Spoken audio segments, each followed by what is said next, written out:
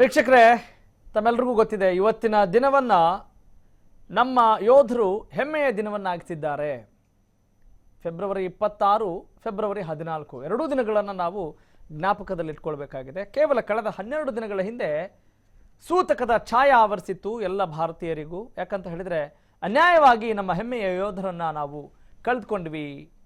ಉಗ್ರರ ದಾಳಿಗೆ, ಪಾಕ್ ಬೆಂಬಲಿತ ಉಗ್ರರ ದಾಳಿ ಅಂತ ಹೇಳಿದ್ರು ಕೂಡ ಪಾಕ್ ಇದನ್ನ ಒಪ್ಪಿಕೊಳ್ತಾ ಇರಲಿಲ್ಲ. ದಾಖಲೆ ಕೊಡಿ ಅಂತ ಹೇಳ್ತಾ ಇದ್ವು. ಈಗ ದಾಖಲೆಯನ್ನ ಕೊಟ್ಟು ಚೆನ್ನಾಗಿ ಪಾಠ ಕಲಿಸಿದ್ದೀವಿ ಅನ್ನೋದು ಎಲ್ಲರ ಅಭಿಪ್ರಾಯ ಆಗಿದೆ. ಹಾಗೇನೆ ಮತ್ತೊಂದು ತಮಾಷೆ ಏನು ಅಂತ ಹೇಳಿದ್ರೆ, ಇಲ್ಲಿ ಏನು ನಡೆದೇ ಇಲ್ಲ, ಏನೂ ಆಗೇ ಇಲ್ಲ ಅನ್ನೋ ಮಾತುಗಳನ್ನು ಕೂಡ ಪಾಕಿಸ್ತಾನ ಆಡ್ತಾ ಇತ್ತು. ಅಂದ್ರೆ ಅದರ ದ್ವಂದ್ವ ನಿಲುವನ್ನು ನಾವು ನೋಡ್ಕೊಳ್ತಾ ಇದ್ದೀವಿ. ಪುಲ್ವಾಮಾ ದಾಳಿಯ ಪ್ರತೀಕಾರಕ್ಕೆ ಪಾಕ್ಗೆ ಚೆನ್ನಾಗಿ ಶಾಕ್ ಕೊಟ್ಟಿದೆ. ಹಾಗಾದ್ರೆ ಮುಂದೆ ಯಾವ ರೀತಿಯಾದಂಥ ಆಯ್ಕೆಗಳಿದ್ದಾವೆ, ಪಾಕಿಸ್ತಾನಕ್ಕಾಗಿರ್ಬೋದು, ಭಾರತಕ್ಕಿರ್ಬೋದಾಗಿದೆ. ಇದು ಯಾವ ರೀತಿಯಾದಂಥ ಇಂಪ್ಯಾಕ್ಟ್ ಆಗುತ್ತೆ, ರಾಜಕೀಯ ಇರಬಹುದು, ಕೇಂದ್ರ ಸರ್ಕಾರದ ನಿಲುವು ಇರಬಹುದು, ನಮ್ಮ ಸೇನೆಯ ವೈಶಿಷ್ಟ್ಯತೆ ಇರಬಹುದು, ಸಾಮರ್ಥ್ಯ ಇರಬಹುದು, ಎಲ್ಲ ವಿಚಾರಗಳ ಕುರಿತಂತೆ ಇವತ್ತು ನಾವು ಚರ್ಚೆನ ಮಾಡೋಣ. Very good evening, welcome to TV5 top story. ನಾನು ನಿಮ್ಮ ರಾಘವ ಸೂರ್ಯ. ಪುಲ್ವಾಮಾ ದಾಳಿಗೆ ಪ್ರತೀಕಾರ ತೀರಿಸಿಕೊಂಡ ನಮ್ಮ ಹೆಮ್ಮೆಯ ಭಾರತ, ಮಲಗಿದ್ದಲ್ಲೇ ನೂರಾರು ಪಾಪಿ ಉಗ್ರರು ಉಡೀಸ್ ದಾಳಿಗೆ ತಂತ್ರ ರೂಪಿಸಿದ್ದ ಹಾಗೆ, ಅದನ್ನ ಜಾರಿ ಮಾಡಿದ್ದಾದ್ರೂ ಹೇಗೆ? ಎಸ್, ಸರ್ಜಿಕಲ್ ಸ್ಟ್ರೈಕ್ ಮಾಡಿದ್ದಾಯ್ತು. ಹಾಗಾದ್ರೆ ಪ್ರಧಾನಿ ಮೋದಿಯ ಮುಂದಿನ ಅಸ್ತ್ರ ಏನು? ಇದೆಲ್ಲವನ್ನು ಕೂಡ ಚರ್ಚೆ ಮಾಡೋಣ ಇವತ್ತಿನ ಟಾಪ್ ಸ್ಟೋರಿ ಸ್ಪೆಷಲ್ ನಲ್ಲಿ. Surgical strike 2.0.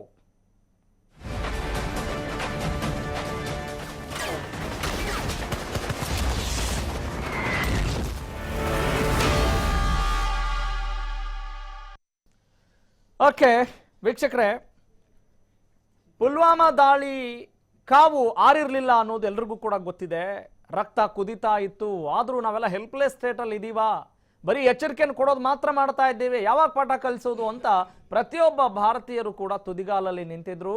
ಕೆಚ್ಚದೆ ಇದ್ದಂಥ ನಮ್ಮ ಯೋಧರು ಇವತ್ತು ಚೆನ್ನಾಗಿ ಪಾಠ ಕಲಿಸಿದ್ದಾರೆ ವಾಯುಸೇನೆಯ ಮೂಲಕ.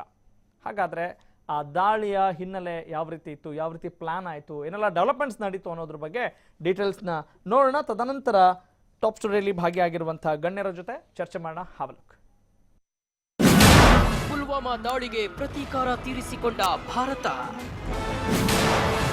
ಪಾಕ್ ಒಳಗೆ 70 ಕಿಲೋಮೀಟರ್ ನುಗ್ಗಿದ ಭಾರತೀಯ ವಾಯುಪಡೆ,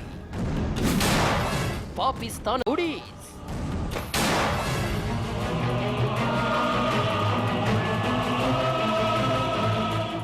ಪುಲ್ವಾಮಾ ದಾಳಿ ಬಳಿಕ ಕುದಿಯುತ್ತಿದ್ದ ಭಾರತ, ಡೆಡ್ಲಿ ಅಟ್ಯಾಕ್ ಸಂಭವಿಸಿ ಸರಿಯಾಗಿ 12ನೇ ದಿನಕ್ಕೆ ಪಾಕ್ನ ಹುಟ್ಟಡಗಿಸಿದೆ. 40 ಯೋಧರ ಬಲಿದಾನಕ್ಕೆ ಪ್ರತೀಕಾರ ತೀರಿಸಿಕೊಳ್ಳಲು ಹಾತೊರೆಯುತ್ತಿದ್ದ ಭಾರತೀಯ ವಾಯುಪಡೆ ಗಡಿ ನಿಯಂತ್ರಣ ರೇಖೆ ದಾಟಿ ಪಾಕ್ನ 3 ಉಗ್ರರ ಕ್ಯಾಂಪ್ಗಳ ಮೇಲೆ ಬಾಂಬ್ಗಳ ಸುರಿಮಳೆಗರೆದಿದೆ. ಜನವಸತಿ ಪ್ರದೇಶ ತಪ್ಪಿಸಿ ಉಗ್ರರ 6 ಕ್ಯಾಂಪ್ ಗುರಿಯಾಗಿಸಿಕೊಂಡು ಈ ದಾಳಿ ನಡೆಸಲಾಗಿದೆ. ಈ ಮೂಲಕ ಇಡೀ ಪ್ರಪಂಚಕ್ಕೆ ಭಾರತೀಯ ವಾಯುಪಡೆಯ ತಾಕತ್ತು ಪರಿಚಯವಾಗಿದೆ.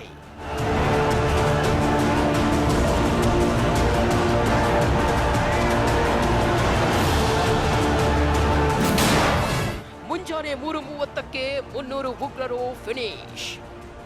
ಅಂತಾರಾಷ್ಟ್ರೀಯ ಗಡಿ ಪ್ರದೇಶದ ಸಮೀಪದಲ್ಲಿದೆ ಉಗ್ರರ ಅಡಗುದಾಣ ಬಾಲಾಕೋಟ್. ಇಲ್ಲಿಂದಲೇ ಜೈಷ್ ಎ ಮೊಹಮ್ಮದ್ ಸಂಘಟನೆಯು ಉಗ್ರರಿಗೆ ತರಬೇತಿ ನೀಡುತ್ತಿತ್ತು. ಇಲ್ಲಿಂದಲೇ ಭಾರತದಲ್ಲಿ ವಿಧ್ವಂಸಕ ಕೃತ್ಯ ನಡೆಸಲು ಉಗ್ರರನ್ನ ಕಳುಹಿಸುತ್ತಿತ್ತು. ಪುಲ್ವಾಮಾ ದಾಳಿ ನಡೆದ 2ನೇ ದಿನದಲ್ಲಿ ಈ ಕ್ಯಾಂಪ್ ಗುರುತಿಸಿದ್ದ ಭಾರತೀಯ ಸೇನೆ ಅದಾಗಲೇ ಏರ್ ಸ್ಟ್ರೈಕ್ನ ಬ್ಲೂ ಪ್ರಿಂಟ್ ರೆಡಿ ಮಾಡಿತ್ತು. ಕೇಂದ್ರ ಸರ್ಕಾರದ ಅನುಮತಿಗಾಗಿ ತುದಿಗಾಲಲ್ಲಿ ನಿಂತಿತ್ತು. ಯಾವಾಗ ರಾತ್ರಿ ಮೋದಿ ಆದೇಶ ಕೊಟ್ಟರು, ಆಗಲೇ ಒಂದರ ಮೇಲೊಂದರಂತೆ 12 ಮಿರಾಜ್ ಯುದ್ಧ ವಿಮಾನಗಳು ಶರ ವೇಗದಲ್ಲಿ ಪಾಕ್ಗೆ ನುಗ್ಗಿದ್ವು. ಲೇಸರ್ ಮಾರ್ಗದರ್ಶನದ ಮೂಲಕ ಉಗ್ರರ ನೆಲೆ ಗುರುತಿಸಿ 10,000 kgಯಷ್ಟು ಬಾಂಬ್ಗಳ ಸುರಿಮಳೆಗೈದವು. ಕ್ಷಣಾರ್ಧದಲ್ಲಿ 300 ಉಗ್ರರು ಫಿನಿಶ್ ಆದರು.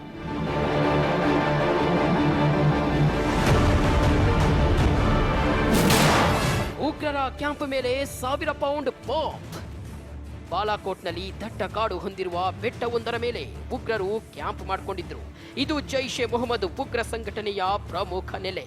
ಎಲ್ಲ ವ್ಯವಹಾರಗಳನ್ನು ಇಲ್ಲಿಂದಲೇ ನಿರ್ವಹಿಸುತ್ತಿತ್ತು. ಈ ಸ್ಥಳ ಗುರುತಿಸಿದ ಮಿರಾಜ್ ಫೈಟರ್ ಜೆಟ್ಗಳು ಲೇಸರ್ ಮಾರ್ಗದರ್ಶನದ ಮೂಲಕ ಒಂದರ ಮೇಲೊಂದರಂತೆ 1,000 ಪೌಂಡ್ ತೂಕದ ಬಾಂಬ್ಗಳನ್ನು ಸುರಿಸಿದ್ವು. ಸೂರ್ಯೋದಯಕ್ಕೂ ಮೊದಲೇ 300ಕ್ಕೂ ಹೆಚ್ಚು ಪಾಪಿಗಳು ಮಾಟಾಶಾದ್ರು.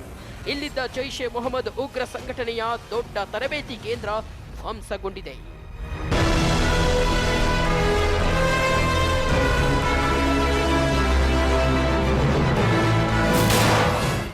ನಡುಗಿಸುವ 21 ನಿಮಿಷದ ಆಪರೇಷನ್. ಒಟ್ಟಾರೆ ಕಾರ್ಯಾಚರಣೆಗೆ ವಾಯುಪಡೆ ತೆಗೆದುಕೊಂಡಿರೋದು ಕೇವಲ 21 ನಿಮಿಷ. ಈ ಅಲ್ಪಾವಧಿಯಲ್ಲಿಯೇ ಭಿಕಾರಿ ದೇಶದೊಳಗೆ 70 ಕಿಲೋಮೀಟರ್ನಷ್ಟು ನುಗ್ಗಿ ವಾಪಸ್ ಆಗಿವೆ ಭಾರತದ ಹೆಮ್ಮೆಯ ಮಿರಾಜ್ ಯುದ್ಧ ವಿಮಾನಗಳು. ಇವುಗಳಿಗೆ ಸಾಥ್ ನೀಡಿದ್ದು ಸುಖೋಯ್ ಫೈಟರ್ ಜೆಟ್ಗಳು. ಎಲ್ಲವೂ ಪೂರ್ವ ನಿರ್ಧಾರಿತವಾದಂತೆ ಆಪರೇಷನ್ ಸಕ್ಸಸ್ ಆಗಿದೆ. 40 ಭಾರತೀಯ ಯೋಧರ ಆತ್ಮಕ್ಕೆ ಶಾಂತಿ ಸಿಕ್ಕಿದೆ.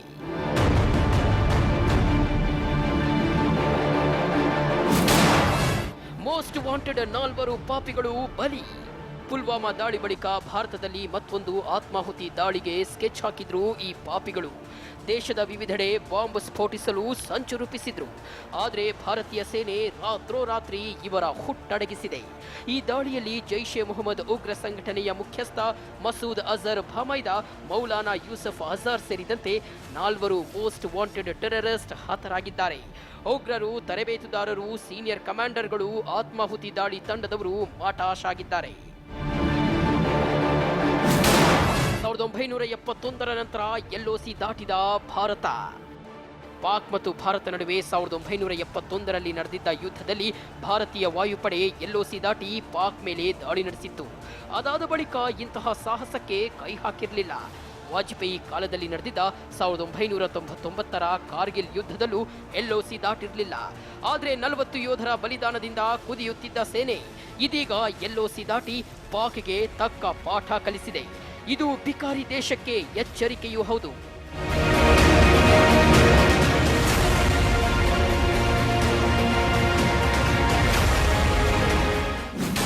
ಭಾರತದ ದಾಳಿ ಮೊದಲು ಬಹಿರಂಗಪಡಿಸಿದ್ದೇ ಪಾಕ್. ಭಾರತೀಯ ಸೇನೆಯ ರಾತ್ರೋರಾತ್ರಿಯ ಆಪರೇಷನ್ ಮೊದಲು ಬಹಿರಂಗಪಡಿಸಿದ್ದೇ ಪಾಕ್. ಎಸ್, ಬೆಳಗ್ಗೆ 8:41 ಫೋಟೋ ಸಮೇತ ಟ್ವೀಟ್ ಮಾಡಿದ ಪಾಕ್ ಸೇನೆಯ ವಕ್ತಾರ ಮೇಜರ್ ಜನರಲ್ ಆಸಿಫ್ ಗಫೂರ್ ಪಾಕ್ ಮೇಲೆ ಭಾರತೀಯ ವಾಯುಪಡೆ ದಾಳಿ ಬಹಿರಂಗಪಡಿಸಿದ್ರು. ಭಾರತೀಯ ಯುದ್ಧ ವಿಮಾನಗಳಿಗೆ ಪ್ರತ್ಯುತ್ತರ ನೀಡಿ ಹಿಮ್ಮೆಟ್ಟಿಸಿದ್ದಾಗಿಯೂ ಬರೆದುಕೊಂಡಿದ್ರು. ಆದರೆ ಪಾಕ್ ಪ್ರತ್ಯುತ್ತರ ನೀಡಿದ್ದು ಸುಳ್ಳು ಎಂಬುದು ಎಲ್ಲರಿಗೂ ಗೊತ್ತಿರುವ ಸಂಗತಿ. ಅಮೆರಿಕ, ಇಂಗ್ಲೆಂಡ್, ಇಸ್ರೇಲ್ ಕೂಡ ಟಾರ್ಗೆಟ್. ಈ ದಾಳಿಯಿಂದ ಪಾಕ್ ಪೋಷಿತ ಜೈಷ್ ಎ ಮೊಹಮ್ಮದ್ ಸಂಘಟನೆಯ ಪಾಪಿಗಳ ಮತ್ತೊಂದು ಮುಖ ಬಯಲಾಗಿದೆ. ಅಮೆರಿಕ, ಇಸ್ರೇಲ್, ಇಂಗ್ಲೆಂಡ್ ಕೂಡ ಜೈಷ್ ಎ ಮೊಹಮ್ಮದ್ ಉಗ್ರರ ಟಾರ್ಗೆಟ್ ಆಗಿದ್ವು. ಈ ರಾಷ್ಟ್ರದ ಧ್ವಜಗಳೇ ಇವರ ಮೆಟ್ಟಿಲುಗಳಾಗಿದ್ವು. ಕ್ಯಾಂಪ್ಗೆ ತೆರಳುವ ಮೆಟ್ಟಿಲುಗಳ ಮೇಲೆ ಈ ದೇಶದ ರಾಷ್ಟ್ರಧ್ವಜ ಬಿಡಿಸಿ ದಿನನಿತ್ಯ ಅವುಗಳನ್ನು ನೋಡುತ್ತಾ ಅವುಗಳ ಮೇಲೆ ಓಡಾಡುತ್ತಾ ವಿಕೃತ ಆನಂದ ಅನುಭವಿಸುತ್ತಿದ್ರು ಎಂಬುದು ದಾಳಿಯಿಂದ ಬೆಳಕಿಗೆ ಬಂದಿದೆ.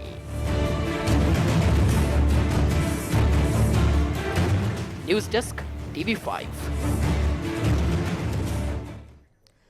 ಓಕೆ, ಎಸ್ ವೀಕ್ಷಕರೇ, ತುಂಬ ಇಂಪಾರ್ಟೆಂಟ್ ಡೆವಲಪ್ಮೆಂಟ್ ಫಾರ್ ಇಂಡಿಯಾ. ಈಗ ನಮ್ಮ ಬಂಡವಾಳ ಏನು ಮತ್ತು ಎದುರಾಳಿ ಬಂಡವಾಳ ಏನು ಎಲ್ಲವೂ ಕೂಡ ಗೊತ್ತಾಗುತ್ತೆ.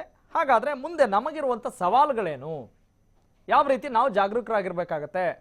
ಇವತ್ತೆಲ್ಲ ಯಾವುದೋ ಒಂದು ಉಗ್ರ ಸಂಘಟನೆಯ ತರಬೇತು ಕೇಂದ್ರಗಳನ್ನು ನಾವು ಹೊಡೆದಾಕ್ಬಿಟ್ಟಿದ್ದೇವೆ ಅಂಥೇಳಿ ಆರಾಮಾಗಿದ್ಬಿಡೋದಾ, ಅಥವಾ ಅವ್ರಿಗಿರುವಂಥ ತಾಕತ್ತಾದರೂ ಏನು, ಮತ್ತು ಈಗ ನಮ್ಮ ಭಾರತೀಯ ಸೈನ್ಯದ ಶಕ್ತಿ ಅಂಥದ್ದು, ನಮ್ಮ ನಿಜಕ್ಕೂ ನಾವು ದೇಶ ಪ್ರೇಮ ಅಂತ ಇದ್ದೀವಲ್ಲ, ಅದು ಎಷ್ಟರ ಮಟ್ಟಿಗೆ ಕೆಲಸ ಮಾಡುತ್ತೆ, ರಾಜಕೀಯ ಎಷ್ಟರ ಮಟ್ಟಿಗೆ ಇಲ್ಲಿ ಅಪ್ಲೈ ಆಗುತ್ತೆ, ಎಲ್ಲವನ್ನು ಕೂಡ ನಾವು ನೋಡೋಣ, ಚರ್ಚೆ ಮಾಡೋಣ. ಎಸ್, ಟಾಪ್ ಸ್ಟೋರಿಯಲ್ಲಿ ಭಾಗಿಯಾಗ್ತಾ ಇದ್ದಾರೆ ಹಿರಿಯ ಪತ್ರಕರ್ತರಾಗಿರುವಂಥ ಭಾಸ್ಕರ್ ರಾವ್ ನಮ್ಮ ಜೊತೆಗಿದ್ದಾರೆ, ಮತ್ತು ರಾಜಕೀಯ ವಿಶ್ಲೇಷಕರು ರಾಮಕೃಷ್ಣ ಉಪಾಧ್ಯಾಯ ನಮ್ಮ ಜೊತೆಗಿದ್ದಾರೆ, ಮತ್ತು ನಿವೃತ್ತ wing commander Shri GV Atri ಅವರು ನಮ್ಮ ಜೊತೆ ಜಾಯ್ನ್ ಆಗ್ತಾ ಇದ್ದಾರೆ. ನಮಸ್ಕಾರ, welcome to the show. Okay, GV Atri ಅವರೇ, ಎಲ್ಲೆಲ್ಲೂ ಭಾರತೀಯರಲ್ಲಿ ಹೌ ಇಸ್ ದ ಜೋಶ್ ಅನ್ನುವ ಶಬ್ದ ರಾರಾಜಿಸ್ತಾ ಇದೆ. First reaction. ಇದು ಯಾವುದೋ ಜೋಶಿಂದ ಮಾಡಿದಂಥ ಕೆಲಸ ಅಲ್ಲ, ಇದು ಬಹಳ ಹೋಶನಿಂದ ಮಾಡಿದಂಥ ಕೆಲಸ.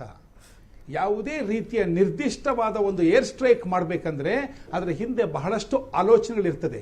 ಮೊಟ್ಟ ಮೊದಲಿಗೆ ಇದು ಭಾರತೀಯ ವಾಯುಸೇನೆಯಲ್ಲಿ ಸುವರ್ಣಾಕ್ಷರಗಳಲ್ಲಿ ಬರೆದಿರುವಂಥ ದಿನ, ಸುದಿನ, ಸುಸಮಯ ಬಂದಿದೆ. ಕಳೆದ 20-25 ವರ್ಷಗಳಿಂದ ನಾವು ಪಾಕಿಸ್ತಾನಕ್ಕೆ ಹೇಳ್ತಾನೆ ಬಂದಿದ್ದೀವಿ, ನಿಮ್ಮ ನೆಲೆಯಲ್ಲಿ ಬೀಡು ಬಿಟ್ಟಿರುವ ಎಲ್ಲ ತರಬೇತಿ ಶಿಬಿರಗಳನ್ನು ಎಲ್ಲಿ ನೀವು ಭಯೋತ್ಪಾದಕರನ್ನ ತರಬೇತಿ ಶಿಬಿರ ಮಾಡಿದ್ದೀರೋ ಅದನ್ನೆಲ್ಲ ದಯವಿಟ್ಟು ಮಟ್ಟಗೋಲು ಹಾಕಿ ಮುಚ್ಚಿ, ನೀವು ಇನ್ನು ಮುಂದೆ ಭಯೋತ್ಪಾದಕರಿಗೆ ಯಾವುದೇ ರೀತಿಯಾದಂಥ ಸಹಕಾರ ಕೊಡಬೇಡಿ ಅಂತ ಸಾಕಷ್ಟು ದಾಖಲೆ ಪುರಾವೆಗಳನ್ನು ಪಾಕಿಸ್ತಾನಕ್ಕೆ ಕೊಡ್ತಾನೆ ಬಂದಿದೆ ನಮ್ಮ ಭಾರತದ ಸರ್ಕಾರ. ಆದರೆ ಯಾವುದೇ ಒಂದು ದಾಖಲೆ ಪುರಾವೆಗಳಿಗೆ ಮನ್ನಣೆ ನೀಡದ ಪಾಕಿಸ್ತಾನ ಟೋಟಲ್ ಡಿನಯಲ್ ಮೋಡಲ್ ಯಾವಾಗಲೂ ಇರ್ತಾ ಇದ್ರು. ಇವತ್ತು ಬಹಳ ಅದ್ಭುತವಾದಂತಹ ವಿಚಾರ ನಡೆದು ಹೋಗಿದೆ. ಯಾಕೆಂದ್ರೆ ಇದು ನಾವು ಯಾವುದು LOC ಹೋಗಿ ಅಂತ ನೀವು ತೋರಿಸಿದ್ದೀರಾ, ಅದು ಬಹಳ ತಪ್ಪಾಗುತ್ತೆ. ನಾವು ಯಾವುದು ಲೈನ್ ಆಫ್ ಕಂಟ್ರೋಲ್ ಅನ್ನು ಕ್ರಾಸ್ ಮಾಡಿಲ್ಲ. ನಾವು ಹೋಗಿರೋದು ಪಾಕಿಸ್ತಾನ್ ಆಕ್ಯುಪೈಡ್ ಕಾಶ್ಮೀರ್ ಜಾಗದಲ್ಲಿ, ಅದು ನಮ್ಮದೇ ಆದ ಜಾಗ. ನಮ್ಮದೇ ಆದ ಜಾಗದಲ್ಲಿ ಹೋಗಿ ನಮ್ಮ ದೇಶ ವಿರೋಧಿ ಚಟುವಟಿಕೆ ಮಾಡುತ್ತಿರುವ ಭಯೋತ್ಪಾದಕ ಶಿಬಿರಗಳನ್ನು ನಾಶ ಮಾಡೋದು ನಮ್ಮ ದೇಶದ ಹಿತ. ಆದ್ದರಿಂದ ಅದು ನಮ್ಮ ಅಧಿಕಾರ ಕೂಡ ಮತ್ತು ನಮ್ಮ ಹಕ್ಕು ಕೂಡ. ಇದನ್ನು ಯಾರು ಕೂಡ ಕೇಳಲಿಕ್ಕೆ ಸಾಧ್ಯ ಇಲ್ಲ. ಇಡೀ ಪ್ರಪಂಚದಲ್ಲಿ ಎಲ್ಲೆಲ್ಲಿ ಜವಾಬ್ದಾರಿಯುತ ಸರ್ಕಾರಗಳು ಉಂಟೋ, ಯಾವ ಯಾವ ರಾಷ್ಟ್ರಗಳಿಗೆ ಶಾಂತಿಯ ನೆಲೆ ಬೇಕೋ ಆ ಎಲ್ಲ ರಾಷ್ಟ್ರಗಳು ಭಾರತದ ಬೆನ್ನಿಗೆ ಹಿಂದು ನಿಂತು ಹುರಿದುಂಬಿಸಿ ಶಬಾಷ್ ಅನ್ನೋ ಸಮಯ ಇವತ್ತು ಬಂದಿದೆ. ಯಾಕಂದ್ರೆ ಇಡೀ ಪ್ರಪಂಚದಲ್ಲಿ ಭಯೋತ್ಪಾದಕರ ಶಿಬಿರಗಳನ್ನ ಕಾರ್ಖಾನೆಗಳನ್ನ ಹಾಕಿದಂತ ದೇಶ ಪಾಕಿಸ್ತಾನ. ಇಂದು ಪಾಕಿಸ್ತಾನದಿಂದ ನಾವು ಅಲ್ಲಿರುವ ಎಲ್ಲ ಶಿಬಿರಗಳ ನಾಶ ಮಾಡಿದಾಗ ಮಾತ್ರ ನಾವು ಒಂದು ರೀತಿಯ ನೆಮ್ಮದಿಯನ್ನ ಕಂಡಬಹುದು. ನೀವೊಂದು ಪ್ರಶ್ನೆ ಹೇಳ್ತಾ ಇದ್ರಿ ನೋಡಿ, ಶ್ರೀನಗರದಿಂದ ಹಿಡಿದು ನಲಿಯಾ ತನಕ ಭೂಸೇನೆ ಇರಲಿ, ನೌಕಾಸೇನೆ ಇರಲಿ, ವಾಯುಸೇನೆ ಇರಲಿ, ಭಾರತೀಯ ಈ 3 ಸಶಸ್ತ್ರ ಪಡೆಗಳು ಇವತ್ತು ಮಹಾ ಕಟ್ಟೆಚ್ಚರದಲ್ಲಿದೆ. ನಮಗೆ ಗೊತ್ತು ಯಾವ ಯಾವ ಪಾಪಿ ಕೃತ್ಯಗಳನ್ನ ರಣಹೇಡಿ ಪಾಕಿಸ್ತಾನ ಮಾಡುತ್ತೆ ಅಂತ ಗೊತ್ತಿದೆ ನಮಗೆ. ಇದರ ಬಗ್ಗೆ ಸಂಪೂರ್ಣವಾದ ಜ್ಞಾನವನ್ನು ಕೂಡ ನಾವು ಪಡೆದಿದ್ದೀವಿ. ಕಣ್ಣಲ್ಲಿ ಕಣ್ಣಿಟ್ಟು ನಿದ್ದೆ ಇಲ್ಲದೆ ಎಲ್ಲ ದೇಶಕ್ಕೆ ನೆಮ್ಮದಿ ಕೊಡುವಂತ ಕಾರ್ಯವನ್ನ ಇಂದು ಸಶಸ್ತ್ರ ಪಡೆಗಳು ಮಾಡ್ತಾ ಇದೆ. ಮಹಾ ಅತ್ಯುನ್ನತವಾದ ಇದು. ಇನ್ನೊಂದು ತಾವು ವಿಷಯ ತಿಳಿಸಿದ್ರಿ, ಮೋದಿಯವರ ಪರ್ಮಿಷನ್ ತಗೊಂಡು ದಾಳಿ ಮಾಡಲಾಯಿತು ಅಂತ. ಹಾಗಲ್ಲ ಇದು. ಮಾನ್ಯ ಪ್ರಧಾನಮಂತ್ರಿಯವರು ಸಶಸ್ತ್ರ ಪಡೆಗಳಿಗೆ ಸಂಪೂರ್ಣ ಸ್ವಾತಂತ್ರ್ಯವನ್ನು ಕೊಟ್ಟಿದ್ದಾರೆ. ಆದ್ರಿಂದ ಎಲ್ಲಿ, ಯಾವಾಗ, ಹೇಗೆ, ಯಾರು, ಯಾವ ರೀತಿಯಲ್ಲಿ ದಾಳಿ ಮಾಡಬೇಕು ಅನ್ನುವಂಥ ಒಂದು ನಿರ್ಧಾರವನ್ನ ಗೌಪ್ಯವಾಗಿ ಇಟ್ಟುಕೊಂಡು ಆ ಸಶಸ್ತ್ರ ಪಡೆಗಳ ಮುಖ್ಯಸ್ಥರು ಮಾತ್ರ ಮಾಡ್ತಾರೆ ವಿನಃ ಈ ಗೌಪ್ಯತೆಯನ್ನು ಬೇರೆ ಯಾರಿಗೂ ನಾವು ಬಿಟ್ಟುಕೊಡೋದಿಲ್ಲ. ಈ ರಹಸ್ಯವಾಗಿ ಇರುತ್ತೆ. ಯಾಕೆಂದ್ರೆ ಯಾವುದೇ ಒಂದು ದಾಳಿಯಲ್ಲಿ ರಹಸ್ಯ ಅತಿ ಪ್ರಾಮುಖ್ಯತೆಯನ್ನು ಪಡೆಯುತ್ತೆ ಮತ್ತು ಅದೇ ರೀತಿ ಸ್ವಿಫ್ಟ್ ಆಕ್ಷನ್ ಕೂಡ ಪಡೆಯುತ್ತೆ. ಇಂದು ನಮ್ಮ ಭಾರತೀಯ ಯುದ್ಧ ವಿಮಾನವಾದ ಮಿರಾಜ್ 2000 4ನೇ ಜನರೇಷನ್ ವಿಮಾನ ಅತ್ಯಂತ ಪರಾಕ್ರಮಶಾಲಿಯಾದಂತಹ ಕಾರ್ಯವನ್ನ ಮಾಡಿ ಇಡೀ ದೇಶಕ್ಕೆ ತೋರಿಸಿದೆ. ತಮ್ಮ ನಿಪುಣತೆ, ಚಾಕಚಕ್ಯತೆ, ಪರಾಕ್ರಮತೆ ಮತ್ತು ಶೂರತ್ವ, ಧೀರತ್ವವನ್ನ ಭಾರತೀಯ ವಾಯುಸೇನೆಯ ಯೋಧರು ಇಡೀ ಜಗತ್ತಿನ ಮುಂದೆ ಒಂದು ಬೆಳಕಾಗಿ ಪ್ರದರ್ಶಿಸಿದ್ದಾರೆ. ಅತ್ಯಂತ ಹೆಮ್ಮೆ ಆಗತ್ತೆ ನನಗೆ ಇಂಥ ಭಾರತೀಯ ವಾಯುಸೇನೆಯಲ್ಲಿ 25 ವರ್ಷಗಳ ಕಾಲ ಸೇವೆ ಮಾಡಿ ಬಂದಿದ್ದೀನಿ ಅಂತ. Hats off to the Indian air force, hats off to all 3 forces.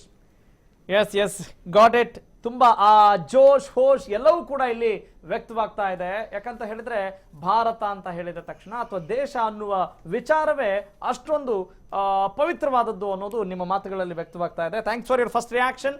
Okay Bhaskar ಅವರೇ, ಭಾರತೀಯ ಸೈನ್ಯ ಯಾವ ರೀತಿ ಕೆಲಸ ಮಾಡುತ್ತೆ ಅನ್ನೋದನ್ನ ಈಗ ನಾವೆಲ್ಲೂ ಕೂಡ ಪರಿಚಯ ಆಗಿದೆ, ಸಾಮರ್ಥ್ಯ ಏನು ಅನ್ನೋದು ಗೊತ್ತಾಗ್ತಾ ಇದೆ. ಈಗ ನಮ್ಮ ಮುಂದಿರುವಂತ ಸವಾಲುಗಳೇನು? ಈಗ ಇಷ್ಟಕ್ಕೆ ನಾವೆಲ್ಲ ಸಿಹಿ ಹಂಚಿ ಸಂಭ್ರಮ ಪಡ್ತಾ ಇದ್ದೇವೆ.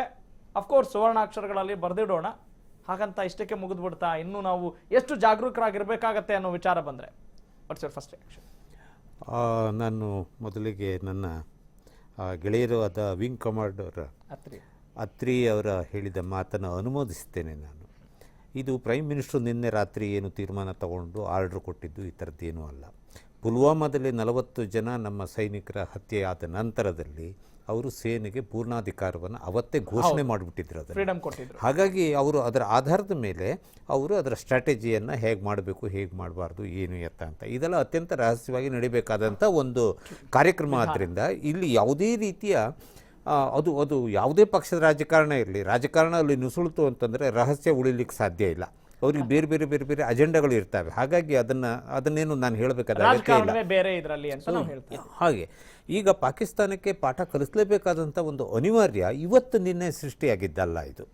ಇದು ಕಳೆದ 50-60 ವರ್ಷಗಳಿಂದ ನಡೆದು ಬಂದಂಥದ್ದು. ಪಾಕಿಸ್ತಾನವನ್ನು ಒಂದು ಒಂದು ಒಂದು ಏನು ಪಾಕ್ ಆಕ್ಯುಪೈಡ್ ಕಾಶ್ಮೀರ್ ಅಂತ ನಾವು ಹೇಳ್ತೀವಿ, ಅವ್ರು ಹೇಳ್ತಾರೆ ಇಂಡಿಯಾ ಆಕ್ಯುಪೈಡ್ ಕಾಶ್ಮೀರ್ ಅಂತ ಹೇಳಿ ಅವ್ರು ಹೇಳ್ತಾರೆ. ಇದು ಒಂದು ಡಿಸ್ಪ್ಯೂಟ್ ಆಗಿ ಇವತ್ತು ವಿಶ್ವಸಂಸ್ಥೆ ಮಟ್ಟದಲ್ಲಿ ಅದು ಇನ್ನು ನೆನೆಗುದಿಗೆ ಬಿದ್ದಿದೆ. ಅದು ಅಷ್ಟು ಸುಲಭಕ್ಕೆ ಇತ್ಯರ್ಥ ಆಗೋಂಥ ಸೂಚನೆಗಳು ಕಾಣಿಸೋದಿಲ್ಲ. ಈಗಲ್ಲ, ಇನ್ನು 50 ವರ್ಷದ ಕಾಲ ಆದರೂ ಕೂಡ ಕಾಶ್ಮೀರದ ಇಶ್ಯೂ ನಮ್ಮ ನಮ್ಮ ಸರ್ಕಾರಗಳು ಒಂದು ರೀತಿಯ ನಿರ್ವೀರ್ಯ ಸ್ಥಿತಿಯಲ್ಲಿದ್ದರೆ ಇದು ಹೀಗೆ ಮುಂದುವರಿಯೋದು ಗ್ಯಾರಂಟಿ. ಅದರ ಬಗ್ಗೆ ಯಾವ ಅನುಮಾನನೂ ಇಟ್ಕೊಳ್ಬೇಕಾದ ಅಗತ್ಯ ಇಲ್ಲ.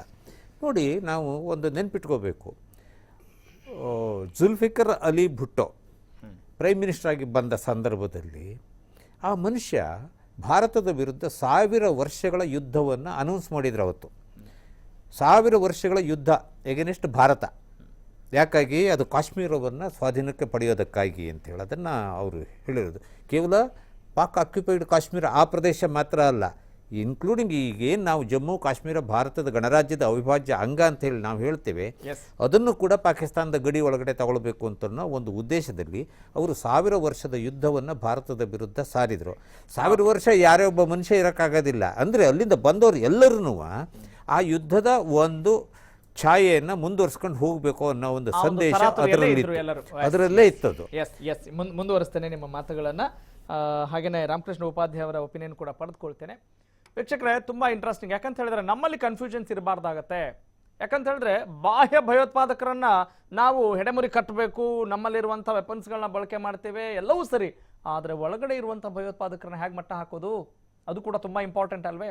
ವೀಕ್ಷಕರೇ, ಇವತ್ತಿನ ದಿನವನ್ನ ಸುವರ್ಣಾಕ್ಷರಗಳಲ್ಲಿ ಬರೆದಿಡಬೇಕು ಅಂತ ನಾವು ಎಷ್ಟು ಪುನರುಚ್ಚರಿಸಿದ್ರೂ ಕೂಡ ಪ್ರಾಬ್ಲಮ್ ಇಲ್ಲ.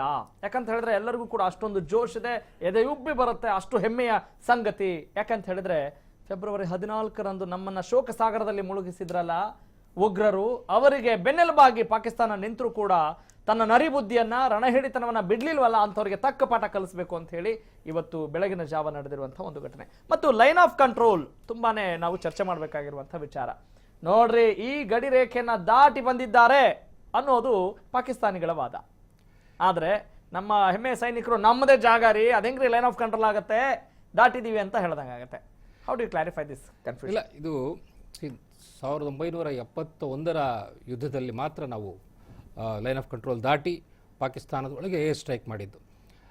ನಂತರ ಕಾರ್ಗಿಲ್ ಯುದ್ಧ ನಡೆದಿದೆ, ಆವಾಗಲೂ ಲೈನ್ ಆಫ್ ಕಂಟ್ರೋಲ್ ದಾಟಿರಲಿಲ್ಲ. ಹಾಗಾಗಿ ಇದೊಂದು ಬಹಳ ಮಹತ್ವವಾದಂಥ ನಿರ್ಧಾರ ಸರ್ಕಾರ ತೊಗೊಂಡಿರ್ತಕ್ಕಂಥದ್ದು. ಯಾಕಂದರೆ ಪುಲ್ವಾಮಾ ಆದಮೇಲೆ ಅಫ್ಕೋರ್ಸ್ ಅದಕ್ಕೆ ಮೊದಲು ನಾವು ಒಂದು ಸರ್ಜಿಕಲ್ ಸ್ಟ್ರೈಕ್ ಮಾಡಿದ್ವಿ. ಇದು ಸರ್ಜಿಕಲ್ ಸ್ಟ್ರೈಕ್ 2.0 ಅಂತ ಹೇಳ್ತಾ ಇದ್ರು, ಉರಿ ಆದಮೇಲೆ. ಸೊ 2.0 ಅಂತ ಹೇಳೋದಕ್ಕಿಂತ ನನಗನ್ಸುತ್ತೆ ಇದು this is more than surgical strike, because we are challenging Pakistan. ನಾವು ನಿಮ್ಮ ಟೆರಿಟರಿ ಒಳಗೆ ಬಂದು ಹೋಗ್ತಾ ಇದ್ದೀವಿ, ನಿಮ್ಮ ಟೆರಿಟರಿ ಒಳಗೆ ಬಂದು ನಾವು ನಿಮ್ಮ ನೆಲೆಗಳನ್ನು ಧ್ವಂಸ ಮಾಡ್ತೀವಿ, ನೀವು ಚಾಲೆಂಜ್ ಆಗಿ ತೊಗೊಳ್ಳಿ ಅಂಥೇಳಿ. ಸೊ ಈ ರೀತಿ ಮಾಡಿರ್ತಕ್ಕಂಥದ್ದು ಇದು first time. I think even war ಟೈಮಲ್ಲಿ ಕೂಡ ನಾವು ಪಾಕಿಸ್ತಾನ ಅಟ್ಯಾಕ್ ಮಾಡಿದ್ಮೇಲೆ ನಾವು ಅಟ್ಯಾಕ್ ಮಾಡಿರ್ತಕ್ಕಂಥದ್ದು. 1948 ವಾರ್ ತೊಗೊಳ್ಳಿ, 1965 ವಾರ್ ತೊಗೊಳ್ಳಿ, 71 ವಾರ್ ತೊಗೊಳ್ಳಿ, ಕಾರ್ಗಿಲ್ ವಾರ್ ತೊಗೊಳ್ಳಿ, ಎಲ್ಲ ಟೈಮಲ್ಲೂ ಪಾಕಿಸ್ತಾನ ಫಸ್ಟ್ ಅಟ್ಯಾಕ್ ಮಾಡ್ತಾಯಿತ್ತು, ನಂತರ ಇಂಡಿಯಾ ರಿಯಾಕ್ಟ್ ಮಾಡ್ತಾಯಿತ್ತು. ಆದರೆ ಫಾರ್ ದ ಫಸ್ಟ್ ಟೈಮ್ ಅವರಿಗೆ ಸಾಕಷ್ಟು ನಾವು ಎಚ್ಚರಿಕೆ ಕೊಟ್ಕೊಂಡು ಬಂದಿದ್ದೀವಿ, ಇದು ಬೇಡ, ಇದನ್ನು ಬೇಡ, ನಾವಿಬ್ಬರು ಒಟ್ಟಿಗೆ ಹೋಗೋಣ. ಆಮೇಲೆ ಮೋದಿಯವರು ನೋಡಿ ಬಂದ ಅಧಿಕಾರಕ್ಕೆ ಬಂದಾಗಲೂ ಕೂಡ ಫಸ್ಟು ಪಾಕಿಸ್ತಾನ ಜೊತೆಗೆ ಒಳ್ಳೆ ಒಂದು ಸಂಬಂಧ ಇಟ್ಕೋಬೇಕು ಅಂತ ಹೇಳಿ ಅವರ ಓತ್ ತಗೊಳ್ಳೋ ಟೈಮ್ನಲ್ಲಿ he called Pakistan prime minister also. See, can there be anything better than this? ಆಮೇಲೆ ನಂತರ ಅವರ ಮಗಳ ಮದುವೆ ಟೈಮ್ನಲ್ಲಿ ಪಾಕಿಸ್ತಾನಕ್ಕೆ ಸರ್ಪ್ರೈಸ್ ವಿಸಿಟ್ ಕೊಟ್ಟು, so it showed that he was looking for friendship. ಆದರೆ ಪಾಕಿಸ್ತಾನ ಮಾತ್ರ ಅದರ ಹಳೆ ಬುದ್ಧಿ ಬಿಡಲಿಲ್ಲ. They have continued with this kind. ಅದನ್ನ ನಮ್ಮ ಉದಾರತೆಯನ್ನ ಅವರು ತಪ್ಪಾಗೆ ತಿಳ್ಕೊಂಡಿದ್ದಾರೆ. ಆಮೇಲೆ ಅದನ್ನ ಇವರು ನಾವು ಏನು ಮಾಡಿದ್ರು ಇವರು ಸಹಿಸ್ಕೋತಾರೆ ಅಂತ ಹೇಳಿ ಅವರ ಒಂದು ಇದೇನಿತ್ತು ಪೊಗರು, ಆ ಪೊಗರನ್ನ ಫಸ್ಟು ಇದು ಮಾಡಿದ್ದು ನಾವು ಫಸ್ಟ್ ಸರ್ಜಿಕಲ್ ಸ್ಟ್ರೈಕ್ ಟೈಮಲ್ಲಿ. ನೋಡಿ, ಸರ್ಜಿಕಲ್ ಸ್ಟ್ರೈಕ್ ಆಗೋವರೆಗೂ ಅವರು ನಮ್ಮ ಬಾರ್ಡರ್ನಲ್ಲೇ ಎಲ್ಲ ಕ್ಯಾಂಪ್ಗಳು ಇಟ್ಕೊಂಡಿದ್ರು. ಸುಮಾರು 20-25 ಕ್ಯಾಂಪ್ ಬಾರ್ಡರ್ನಲ್ಲಿತ್ತು. Because they knew Indian army will not come this side. So ಅದು ಫಸ್ಟ್ ಟೈಮ್ ಮಾಡಿದ್ಮೇಲೆ ಆವಾಗಿಂದ ಕ್ಯಾಂಪ್ಗಳನ್ನೆಲ್ಲ ಹಿಂದಕ್ಕೆ ತೊಗೊಂಡು ಹೋಗಿದ್ದಾರೆ. So that was the first move India ಮಾಡಿತ್ತು. ಅಂದರೆ ಇದು ಅನಿವಾರ್ಯ ಆಗಿತ್ತು, ಭಾಳಷ್ಟು ಅನಿವಾರ್ಯ ಆಗಿತ್ತು. ಸೊ ಹಾಗಾಗಿ ನಾವು we have been telling the other countries also, ನಮ್ಮ ಮೇಲೆ ಉಗ್ರರ ಇದು ನಡೀತಾ ಇದೆ, ಕಾಶ್ಮೀರದಲ್ಲಿ ರೆಗ್ಯುಲರ್ ಆಗಿ ಬಂದು ಅಟ್ಯಾಕ್ ಮಾಡ್ತಾ ಇದ್ದಾರೆ, ಅವ್ರ ಮೇಲೆ ಆ್ಯಕ್ಷನ್ ತೊಗೊಳ್ಬೇಕು. ಉಳಿದವ್ರು ಯಾರು ನಮ್ಮ ಸಹಾಯಕ್ಕೆ ಬರಲಿಲ್ಲ. ಈವನ್ ಅಮೆರಿಕ ಆಗಲಿ ಚೈನಾ ಆಗಲಿ. ಅಲ್ಲ, ಸೊ except ನಾವೇ China. ತಗೊಳ್ಬೇಕಾಗಿ. ಎಕ್ಸೆಪ್ಟ್ ಚೈನಾ ಅಂತ ಅನ್ಕೊಳ್ತೀನಿ. ಅಲ್ಲ ಚೈನಾ ಕೂಡ ಚೈನಾ ಮಾತ್ರ ಚಕಾರ ಎತ್ತಾ ಇತ್ತು. ಚೈನಾ ಚಕಾರ ಎತ್ತಾ ಇತ್ತು, ಪಾಕಿಸ್ತಾನ ಪರವಾಗಿ ಮಾತಾಡ್ತಾ ಇತ್ತು. ಆದರೆ ನಮ್ಮ ಒಂದು ಏನಿದೆ ಅಳಲನ್ನು ಕೇಳಲಿಕ್ಕೆ ಯಾರೂ ತರಲಿಲ್ಲ. ಹಾಗಾಗಿ ನಾವೇ ಆ್ಯಕ್ಷನ್ ತೊಗೊಳ್ಬೇಕಾಯಿತು. ಸೊ ಸರ್ಜಿಕಲ್ ಸ್ಟ್ರೈಕ್ ಫಸ್ಟ್ ಮಾಡಿದ ಮೇಲೆ ಇವರೆಲ್ಲ ಕ್ಯಾಂಪ್ಗಳನ್ನು ಹಿಂದಕ್ಕೆ ತೊಗೊಂಡ್ರು. ಬಹುಶಃ ಒಂದು 15-20 ಕಿಲೋಮೀಟರ್ ಹಿಂದಕ್ಕೆ ಹೋಗಿರಬೇಕು. ಸೊ ಅವರು ನೆಕ್ಸ್ಟ್ ಇನ್ನೊಂದು ಸರ್ಜಿಕಲ್ ಸ್ಟ್ರೈಕ್ ಮಾಡ್ತಾರೇನೋ ಅಂತ ಕಾಯ್ತಾ ಇದ್ರು. ಅಂದರೆ ಆರ್ಮಿ ನುಗ್ಗಿಸ್ತಾರೆ. So they didn't know what we are going to do. So ಈಗ ಒಂದು ಮಾಡಿರ್ತಕ್ಕಂಥದ್ದು ನಮ್ಮ ಏರ್ಫೋರ್ಸನ್ನು ಉಪಯೋಗಿಸ್ಕೊಂಡು ಮಾಡಿರ್ತಕ್ಕಂಥದ್ದು very very important stage in our ಇದು. ಯಾಕಂದರೆ ಈಗ ಅದಕ್ಕೆ ಅವರು ಉತ್ತರ ಕೊಡಬೇಕಾಗಿದೆ. ಸೊ ನೋಡಿ, ಫಸ್ಟ್ ಬಿಗಿನಿಂಗಲ್ಲಿ ಅವನೇನು ಹೇಳಿದ್ರು, ಇದೊಂದು ಮಾಡಿದ್ದಾರೆ, ನಮ್ಮ ವೈಲೇಟ್ ಮಾಡಿದ್ದಾರೆ, we will have to take aggressive action ಅಂತೇಳಿ. ಆದರೆ ನಂತರ ಇಮ್ರಾನ್ ಖಾನ್ ಅವರು ಚೇರ್ ಮಾಡಿದಂಥ ಮೀಟಿಂಗ್ನಲ್ಲಿ ಇಂಥದ್ದು ನಡೆದೇ ಇಲ್ಲ ರೀ, ಏನೂ ಆಗಿಲ್ಲ, ಸುಮ್ಮನೆ ಇವರೇನೋ ಹೇಳ್ತಾ ಇದ್ದಾರೆ, ಇಟ್ ವಾಸ್ ಜಸ್ಟ್ ಆರ್ಡಿನರಿ, ಇದು ಏನೂ ಆಗಿಲ್ಲ ನಮ್ಮಲ್ಲಿ. ಆಮೇಲೆ ಜನಗಳು ಯಾರೂ ಸತ್ತಿಲ್ಲ, ಒಂದು ಖಾಲಿ ಜಾಗದ ಮೇಲೆ ಬಾಂಬ್ ಹಾಕ್ಬಿಟ್ಟು ಹೊರಟೋಗ್ಬಿಟ್ಟಿದ್ದಾರೆ. ಅಷ್ಟರಲ್ಲಿ ನಮ್ಮ ಪಾಕಿಸ್ತಾನ ಅವರ ಆ ಹೇಳಿಕೆಗಳನ್ನ ಗಮನಿಸಿದ್ರೆ ಒಂದು ಸ್ಟ್ಯಾಂಡರ್ಡ್ ಹೇಳಿಕೆಗಳಿಲ್ಲ ಮತ್ತು ಅದು ಮಾನವೀಯತೆ ದೃಷ್ಟಿಯಿಂದ ಮಾತನಾಡುವಂತ ಯಾವ ಮಾತುಗಳು ಕೂಡ ಆಗಿರಲಿಲ್ಲ. ಖಂಡಿತ. ಐ ಥಿಂಕ್ ಅವರು ರಿಯಾಕ್ಷನ್ಸ್, ಬೇರೆ ದೇಶಗಳ ರಿಯಾಕ್ಷನ್ಸ್ ನೋಡ್ತಾ ಇದ್ರು. ಪಾಕಿಸ್ತಾನ್ ಫಾರಿನ್ ಮಿನಿಸ್ಟರು ಚೈನಾ ಜೊತೆಗೆ ಮಾತಾಡಿದ್ದಾರೆ ಇದು ಬೆಳಗ್ಗೆ ಇನ್ಸಿಡೆಂಟ್ ಆದಮೇಲೆ. ಚೈನಾ ಅವರಿಗೆ ಏನು ಹೇಳಿದ್ದಾರೆ ಅಂದರೆ, ನೀವಿಬ್ರು ಒಟ್ಟಿಗೆ ಹೋಗಬೇಕು ಅನ್ನೋ ಮಾತು ಹೇಳಿದ್ದಾರೆ ಹೊರತು ಇಂಡಿಯಾನ ಕಂಡೆಮ್ ಮಾಡಲಿಲ್ಲ. So that is a more demoralising thing for Pakistan. So ನಮ್ಮ ಸಪೋರ್ಟ್ಗೆ ಚೈನಾ ಇದೆ, ಸೌದಿ ಅರೇಬಿಯಾ ಇದೆ, ಅಮೇರಿಕಾ ಇದೆ ಅಂದ್ಕೊಂಡಿದ್ರು. ಈ ಒಂದೊಂದೇ ಕಳಚಿ ಹೋಗ್ತಾ ಇದೆ ಅವರಿಗೆ. ಟ್ರಂಪ್ ಬಂದ ಮೇಲೆ ಚೈನಾದ ವಿರುದ್ಧ, ಪಾಕಿಸ್ತಾನದ ವಿರುದ್ಧ ದಿನ ಒಂದೊಂದು ಸ್ಟೇಟ್ಮೆಂಟ್ ಇಂಥ ಸಂದರ್ಭದಲ್ಲಿ ಪಾಕಿಸ್ತಾನ ಮಾತನಾಡ್ತಾ ಇದೆಯಲ್ಲ, ಪುರುಷಾರ್ಥದ ಮಾತುಗಳನ್ನ ಆಡ್ತಾ ಇದೆಯಲ್ಲ. ಸೊ ಯಾವ ಕಡೆಯಿಂದನೂ ಅವರಿಗೆ ಸಪೋರ್ಟ್ ಬರ್ತಾ ಇಲ್ಲ. ಹಾಗಾಗಿ this was the right time. ಖಂಡಿತ ಅದ್ರ ಬಗ್ಗೆ ಚರ್ಚೆನ ಮಾಡೋಣ. Yes, absolutely you are right Ramakrishna Upadhyaya ಅವರೇ. ಎಸ್ ವೀಕ್ಷಕರೇ, ಹಾಗೇನೆ ವಿಂಗ್ ಕಮಾಂಡರ್, ನಿವೃತ್ತ ವಿಂಗ್ ಕಮಾಂಡರ್ ಅತ್ರಿ ಅವರು ಕೂಡ ಹೇಳ್ತಾ ಇದ್ರು, ಅಂದ್ರೆ ಇವತ್ತು ಅವರ ಮಾತುಗಳಲ್ಲಿ ಒಬ್ಬ ಯೋಧನ ಹೆಮ್ಮೆಯ ಲಕ್ಷಣಗಳು ಗೊತ್ತಾಗ್ತಾ ಇರ್ತವೆ. ಯಾಕಂದ್ರೆ ಅಲ್ಲಿ ಕೆಲಸ ಮಾಡದಂಥವ್ರಿಗೆ, ಇಷ್ಟು ವರ್ಷಗಳ ಸೇವೆ ಸಲ್ಲಿಸಿರ್ತೀವ್ರಿ, ಅಲ್ಲಿ ಏನು ಹಕ್ಕಿಕತ್ತು ಅನ್ನೋದು ನಮ್ಗೆ ಗೊತ್ತಿದೆ ಅನ್ನೋ ಮಾತುಗಳು ಹೇಳ್ತಾ ಇದ್ರು. ಮತ್ತು ಮಿರಾಜ್ ಯುದ್ಧ ವಿಮಾನದ ಬಗ್ಗೆ ಕೂಡ ನಾವು ಮಾತನಾಡಲೇಬೇಕು.